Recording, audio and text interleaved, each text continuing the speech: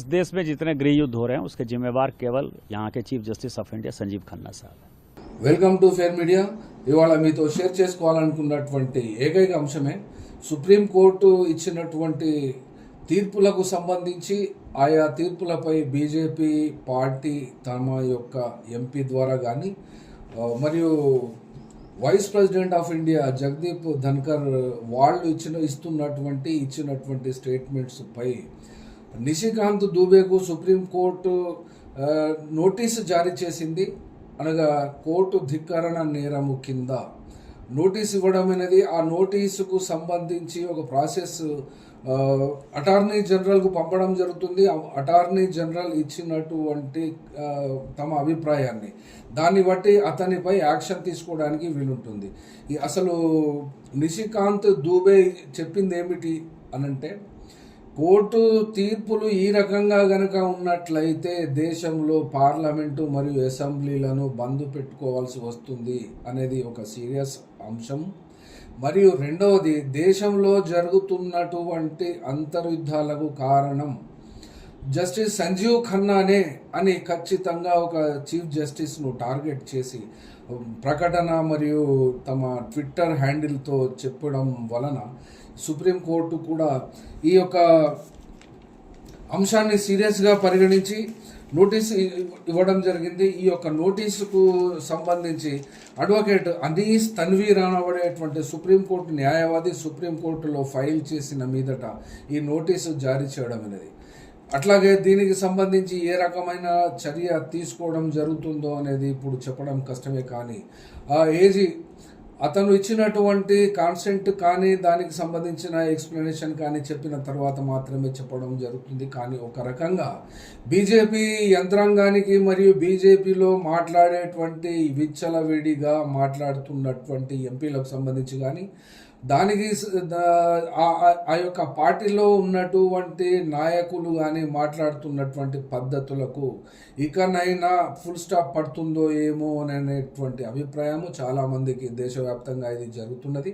ఎందుకనంటే సుప్రీంకోర్టు పైన కానీ జస్టిస్ సంజీవ్ ఖన్నా లాంటి లేదా చీఫ్ జస్టిస్ల మీద కానీ జస్టిసెస్ మీద కానీ వ్యాఖ్యలు చేయడము, ట్విట్టర్ల మీద కానీ లేదా ఫేస్బుక్ లేదా పబ్లిక్లో చెప్పడం అనేది ఆనవాయితీగా మారింది. ఎందుకనంటే ఇక్కడ బీజేపీ యొక్క టోటల్ ఫ్యాక్టరీ ఆర్ఎస్ఎస్ ఐడియాలజీ యొక్క ఉత్పత్తి చేసినటువంటి వాళ్ళే వీళ్ళందరూ కాబట్టి వీళ్ళ యొక్క ఫ్యాక్టరీ ఆర్ఎస్ఎస్ కాబట్టి వీళ్ళ యొక్క ఐడియాలజీ ప్రకారంగా భారతదేశంలో వర్ణాశ్రమ ధర్మాన్ని ఏర్పాటు చేయాలి. వర్ణాశ్రమ ధర్మంలో ఉండబడినటువంటి న్యాయము మరియు నీతి వాళ్లకు ఆ రకంగానే ఉండాలని చెప్పి భావిస్తున్నందువలన దీనికి ఆటంకమైనటువంటి రాజ్యాంగాన్ని కూడా రద్దు చేయాలని వాళ్ళు ఇటీవల కాదు దాదాపుగా వాళ్ళు నెరవేరని కళ ఇప్పటి వరకు అయితే భారత రాజ్యాంగాన్ని రద్దు చేయాలి మరియు వర్ణాశ్రమ ధర్మాన్ని ఏర్పాటు చేయాలి. వర్ణాశ్రమ ధర్మం అంటే ఈ యొక్క భారతదేశంలో పూర్వకాలంలో మరియు మత గ్రంథాలలో చెప్పబడినటువంటి న్యాయము అనగా అందరికీ ఒకే న్యాయం వర్తించదు. బ్రాహ్మణులకు ఒక న్యాయము, క్షత్రియులకు ఒక న్యాయము, వైశ్యులకు ఒక న్యాయము మరియు శూద్రులకు ఒక న్యాయము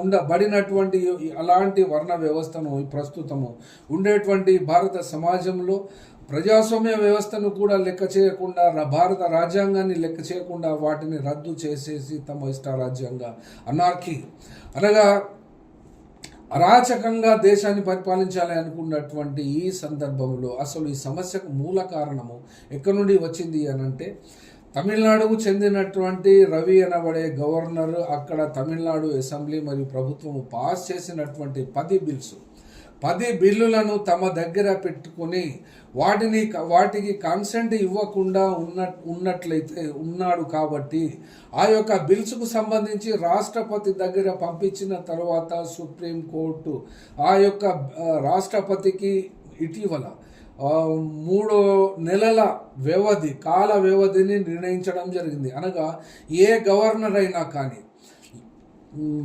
రాష్ట్రపతికి పంపించినటువంటి బిల్స్ పట్ల నిర్ణయం తీసుకోవడానికి అటు గవర్నర్కు కానీ ఇటు రాష్ట్రపతికి కానీ 3 నెలల వ్యవధి సహేతుకమైనటువంటి సమయముగా నిర్ణయించినట్టు తమ యొక్క తీర్పు ద్వారా చెప్పడం వలన మొట్టమొదటిసారిగా జగదీప్ ధనఖడ్కు కోపం వచ్చింది. ధనఖడ్కు కోపం వచ్చి సుప్రీంకోర్టు ఈ రకంగా పనిచేస్తే అసలు పార్లమెంటు మరియు అసెంబ్లీలను రద్దు చేసుకోవాల్సి వస్తుంది. ఇది ఏ రకమైనటువంటి సుప్రీంకోర్టు తన పరిధిని దాటి వ్యవహరిస్తున్నది అని ఘాటుగా చెప్పడం వలన దేశవ్యాప్తంగా ఇది ఒక సంచలనంగా మారింది.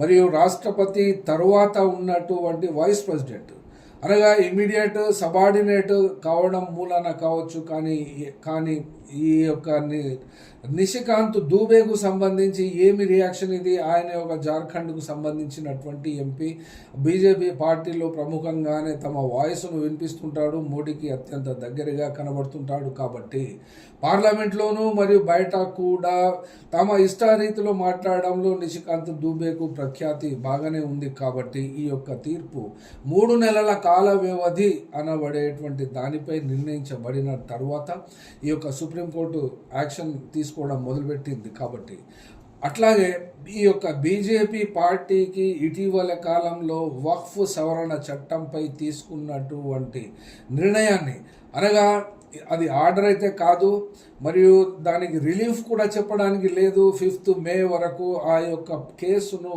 వాయిదా వేసినారు. కానీ అందులోపట నోట్ చేసుకున్నటువంటి అంశాలు ముఖ్యంగా అవి బయటికి వచ్చినాయి, అందరి నోట్లో కూడా ఉన్నాయి, దేశవ్యాప్తంగా కూడా వాటిపై చర్చ జరుగుతున్నది. కాబట్టి బై యూజర్ వక్ఫ్ ప్రాపర్టీని మార్చడానికి వీలు లేదు.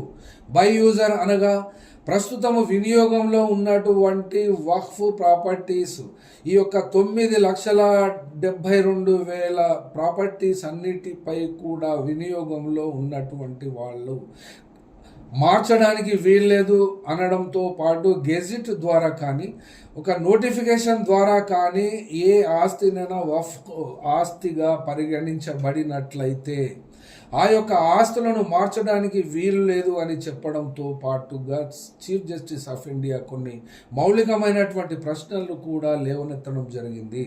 అనగా తిరుపతి వెంకటేశ్వర స్వామి యొక్క దేవాలయంలో ముస్లింలను నియమిస్తారా అని కూడా ప్రశ్నించడం జరిగింది. రెండవది 700, 800, 900 సంవత్సరాల క్రితం ఎవరి దగ్గర కాయిదాలు ఉంటవి, ఎక్కడి నుండి తీసుకొస్తారు కాయిదాలు, ఈ కాయిదాలు చూపెట్టిన తర్వాతనే ఆ యొక్క వక్ఫ్ ఆస్తులను ఎట్లా గుర్తిస్తారు, ఇది సరైనది కాదు అనబడేటువంటి భావనను బీజేపీ కలిగి ఉంది. కాబట్టి ఈ యొక్క నిషికాంత్ దుబే తమ యొక్క అభిప్రాయాన్ని, అనగా ఆర్ఎస్ఎస్ ఫ్యాక్టరీ నుంచి వచ్చిన ఉత్పత్తియే ఇది కూడా. కాబట్టి ఆ ఆర్ఎస్ఎస్ మాట్లాడినటువంటి భాషే దేశవ్యాప్తంగా ఇలాంటి వాళ్ళు కనీసానికి 40 నుంచి 50 లక్షల మంది వరకు కూడా ఆర్ఎస్ఎస్లో పనిచేస్తున్న కార్యకర్తలే. కాబట్టి వాళ్ళందరూ కూడా ఒకే ఫ్యాక్టరీ. కాబట్టి ఆ యొక్క ఫ్యాక్టరీ ప్రోడక్ట్ మాట్లాడినటువంటి తీరు ఈ యొక్క తీరులోనే కనబడుతుంటుంది. సుప్రీంకోర్టును లెక్కించినట్టుగా లేదు, అట్లాగే భారత రాజ్యాంగాన్ని కూడా లెక్కించినట్టుగా లేదు. అనగా ఈ యొక్క సుప్రీంకోర్టుకు ఉన్నటువంటి అధికారాలను కూడా వీళ్ళు లెక్కలోకి తీసుకోకుండా మాట్లాడుతున్నారు. సుప్రీంకోర్టుకు జ్యుడిషియల్ రివ్యూ ఈ యొక్క సుప్రీంకోర్టుకు ఉన్నటువంటి జ్యుడిషియల్ రివ్యూకి ఉన్నటువంటి పవర్ రాజ్యాంగంలో ఉన్నటువంటి ఆర్టికల్ 13 ప్రకారంగా సుప్రీంకోర్టుకు ఈ యొక్క అధికారము సంక్రమింప చేసినది భారత రాజ్యాంగమే. కాబట్టి పౌర హక్కులకు భంగం కలిగించినటువంటి ఏ సందర్భంలోనైనా భారత రాజ్యాంగంలో పొందపరిచినటువంటి పౌర హక్కులు షెడ్యూల్డ్ పార్ట్ 3లో ఉంటుంది, అవి చెల్లనేరవు అని ఖచ్చితంగానే చెప్తుంది. అట్లాగే ఆర్టికల్ 32, 131, 132, 133, 137, 143, 226 and 227 వీటన్నిటికీ కూడా న్యాయ సమీక్ష, జ్యుడిషియల్ రివ్యూ చేసే అధికారం దేశ సర్వోన్నత న్యాయమైనటువంటి న్యాయస్థానము సుప్రీంకోర్టుకు ఉంటుంది. అట్లాగే రాష్ట్ర ప్రభుత్వాల తీరును కూడా ఇవి న్యాయ సమీక్ష చేయడానికి ఈ యొక్క రాజ్యాంగం కల్పించినటువంటి ఆర్టికల్స్ ఉన్నాయి. కాబట్టి ఈ యొక్క ఆర్టికల్స్ వెలుగులో ఈ యొక్క ఆర్టికల్స్ ప్రకారంగానే హైకోర్టు జస్టిస్ తీసుకున్న నిర్ణయాలకు వీళ్ళు తప్పుపడుతున్నారు. అంటే వీళ్ళకి ఎలాంటి జడ్జెస్ కావాలి అంటే ఒక్క మాటలో చెప్పాలంటే ఇదివరకు ఇక్కడ పనిచేసినటువంటి సుప్రీంకోర్టులో డివై చంద్రచూడ్ లాంటి జడ్జి కావాలి అనబడేటువంటి భావన వలన ఇక్కడ క్లాష్ వస్తున్నది. అనగా వెన్నెముక కలిగినటువంటి జడ్జీలు సుప్రీంకోర్టులో ఉండడానికి వీలు లేదు అనబడేటువంటి భావనను ఈ యొక్క బీజేపీ యంత్రాంగం దేశవ్యాప్తంగా కలిగి ఉన్నందువలన ఆ భావనకు వ్యతిరేకంగా ఫైల్ చేసినటువంటి సుప్రీంకోర్టు అడ్వకేట్ ఫైల్ చేసినటువంటి పిటిషన్పై నోటీసులు ఇవ్వడం జరిగింది. కాబట్టి ఈ యొక్క వక్ఫ్ ఇచ్చినటువంటి రాబోయేటువంటి తీర్పు పట్ల ఎలాంటి అనుమానాలను వీళ్ళ మెదళ్లలో ఉద్భవిస్తున్నవి. అట్లాగే వక్ఫ్ యాక్ట్కు సంబంధించి వివిధ రకాలుగా టార్గెట్ చేయడం జరుగుతుంది. వివిధ పద్ధతులలో జస్టిస్ సంజీవ్ ఖన్నాను టార్గెట్ చేయడం జరుగుతుంది. టార్గెట్ చేసి మాట్లాడుతున్నారు. అట్లాగే వక్ఫ్ బిల్లుకు సంబంధించి మాట్లాడినటువంటి సపోర్ట్గా ఎవరినైనా కూడా వాళ్ళను ముస్లిం బ్రాండెడ్గా వర్ణిస్తున్నారు, వివరిస్తున్నారు. ఖురేషి అనబడేటువంటి ఈ యొక్క సిఈసిగా పనిచేసి రిటైర్ అయినటువంటి వ్యక్తి కూడా ఈ యొక్క వక్ఫ్ బోర్డు మీద మాట్లాడిన సందర్భంలో ఆయనపై కూడా ముస్లిం ఈ సిఈసిగా పనిచేశాడని అతనిపై కూడా చెప్తున్నారు. కానీ ఇలాంటి ఈ యొక్క స్టేట్మెంట్స్కు సంబంధించి బీజేపీ పార్టీ అధ్యక్షుడైనటువంటి జేపీ నడ్డా ఆ పార్టీ యొక్క అధిపతిగా బీజేపీ పార్టీ నుండి డిస్టాన్స్ తీసుకున్నట్టు కనబడుతున్నది. పార్టీ యొక్క అభిప్రాయము కాదు ఇవి వ్యక్తిగతమైనటువంటి అభిప్రాయాలు మాత్రమే అని తమకు తాముగా దూరము జరుగుతున్నట్టుగా ఇక్కడ స్టేట్మెంట్స్ రావడం జరిగింది. అట్లాగే స్టేట్మెంట్స్ ఇస్తున్నారు. అంటే ఎక్కడైతే విలువ పోతుందో, ఎక్కడైతే పొరపాట్లు జరుగుతాయో అప్పుడు వీళ్ళ పార్టీ దూరము జరుగుతుంది ఆ యొక్క స్టేట్మెంట్స్ తోటి. కాబట్టి వీళ్ళకు ఉన్నది కొత్తది కాదు. 1948 నుండి కూడా అదే జరుగుతున్నది. గాంధీ మహాత్ముని హత్య చేసినటువంటి సందర్భంలో గాడ్సేను కూడా ఆర్ఎస్ఎస్ వ్యక్తి కాదు అని ఆర్ఎస్ఎస్ అప్పుడు ఏ రకంగానైతే చెప్పడం జరిగిందో ఇప్పుడు కూడా జేపీ నడ్డా అదే రకమైనటువంటి స్టేట్మెంట్ వ్యాఖ్యానాలు చేయడం చూస్తే ఇదంతా కూడా ఒకే ఫ్యాక్టరీ కింద ఉత్పత్తి అయినటువంటి సరుకులే. కాబట్టి వాటి యొక్క లక్షణము వాళ్ళు కోరుకునేటువంటి పద్ధతి కూడా ఆ రకంగానే ఉంది. కాబట్టి వాళ్ళ చేతిలో ఇటీవలి వరకు ఈ యొక్క జడ్జీలకు సంబంధించి అనగా ఇప్పుడు 5th మే వరకు వక్ఫ్ ప్రాపర్టీస్కు సంబంధించిన యాక్ట్ అనగా వక్ఫ్ అమెండ్మెంట్ యాక్ట్ పై రాబోతున్నటువంటి తీర్పును స్మెల్ చేసి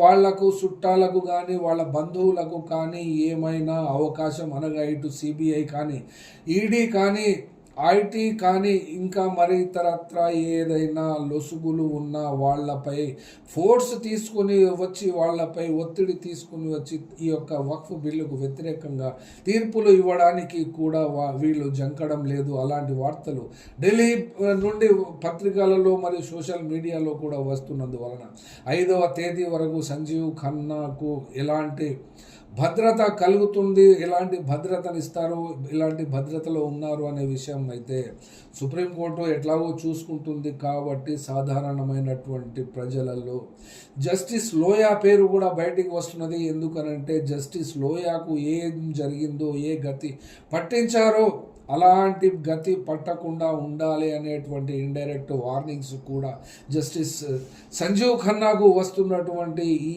సందర్భంలో మరి ఏం జరగబోతుంది అనబడేటువంటి పద్ధతికైతే పూర్తి స్థాయిలో రక్షణ కల్పించవలసినటువంటి బాధ్యత మోడీ, అమిత్ షా ప్రభుత్వానికే ఉంటుంది.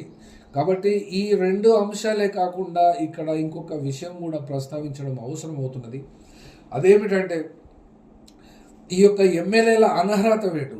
ఈ ఎమ్మెల్యేల అనర్హత వేటుకు సంబంధించి ఏప్రిల్ 3వ తేదీ రోజు జరిగినటువంటి సుప్రీంకోర్టులో ఆర్గ్యుమెంట్స్ ఈ యొక్క అనర్హత వేటుకు సంబంధించి బీఆర్ఎస్ పార్టీకి వర్కింగ్ ప్రెసిడెంట్గా ఉన్నటువంటి కేటీఆర్ ఫైల్ చేసినటువంటి పిటిషన్స్ కొన్ని రోజుల పాటు 2, 3, 4 పోస్టింగ్స్ వరకు జరిగి వాయిదాలు పడుతూ ఆ యొక్క వర్డిక్ట్ ఇవ్వడానికి అనగా జడ్జిమెంట్ను రిజర్వ్ చేసినట్టుగా చీఫ్ జస్టిస్ ఈ బెంచ్ను విచారిస్తున్నది.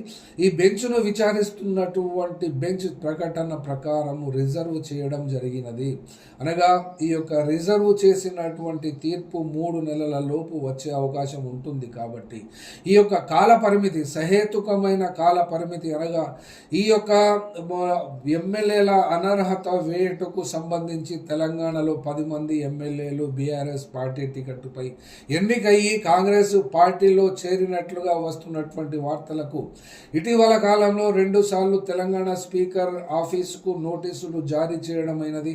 అట్లాగే చీఫ్ సెక్రటరీకి కూడా జారీ చేసినటువంటి దరిమిల రాష్ట్ర ప్రభుత్వము తెలంగాణ తరఫున అక్కడ కూడా సుప్రీంకోర్టులో వాళ్ళ యొక్క రిప్లైస్ ఫైల్ చేసిన తర్వాత వాళ్ళు ఏమి చెప్పారో అనబడే విషయం కూడా సుప్రీంకోర్టులో చర్చకు వచ్చింది. రేవంత్ రెడ్డి రాష్ట్ర ముఖ్యమంత్రి ఇప్పట్లో అనర్హత పిటిషన్లపై తీర్పు రాదు అని చెప్పడం మూలన దానిపై కూడా, దీనికి కూడా, అనగా ముఖ్యమంత్రిపై కూడా కోర్టు ధిక్కరణ నేరము కింద నోటీసులు ఇవ్వాలని చెప్పినప్పుడు ఒక రాజ్యాంగ వ్యవస్థ ఇంకొక రాజ్యాంగ వ్యవస్థ పట్ల ఘర్షణ వైఖరి అవలంబించడం సరైన పద్ధతి కాదు అని ఆ యొక్క బెంచ్ను విచారిస్తున్నటువంటి జస్టిస్ చెప్పిన సందర్భం కూడా ఇక్కడ లెక్కలోకి తీసుకోవాల్సి వస్తున్నది. కాబట్టి ఇప్పుడు ఇదివరకు ఉన్నటువంటి చీఫ్ జస్టిసే కానీ ఇప్పుడు వస్తున్నటువంటి చీఫ్ జస్టిస్గా వస్తున్నటువంటి జస్టిస్ బిఆర్ గవాయ్ కానీ ఇదివరకు ఉన్నట్టు ఉండడం లేదు. వీళ్ళు ప్రతి విషయాన్ని సీరియస్గానే తీసుకుంటున్నారు. రాజ్యాంగం పట్ల తమ యొక్క నిబద్ధతను కూడా చేస్తున్నటువంటి సందర్భంలో ఏ క్షణాలనైనా కూడా రిజర్వ్ చేయబడినటువంటి ఈ యొక్క జడ్జిమెంట్ వస్తే తెలంగాణలో ఈ యొక్క బై ఎలక్షన్ల యొక్క వాతావరణం ఏకకాలంలో ఒకేసారి వేడెక్కడానికి అవకాశం ఉంటుంది. కాబట్టి ఇటు కాంగ్రెస్ పార్టీకి సంబంధించిన వాళ్ళు కానీ, అటు బీఆర్ఎస్ సంబంధించినటువంటి వాళ్ళు కానీ, మరియు ముఖ్యంగా ఈ యొక్క 10 ఎమ్మెల్యేల సీట్స్కు సంబంధించి ఆయా స్థానాలలో ఎన్నికలు వచ్చినట్లయితే ఎట్లాగో రాష్ట్ర ప్రభుత్వానికి మెజారిటీ ఆల్రెడీ వచ్చి ఉన్నందువలన ఈ యొక్క 10 మందికి అనర్హత వేటు వేసి మళ్ళీ బై ఎలక్షన్ వచ్చినా కూడా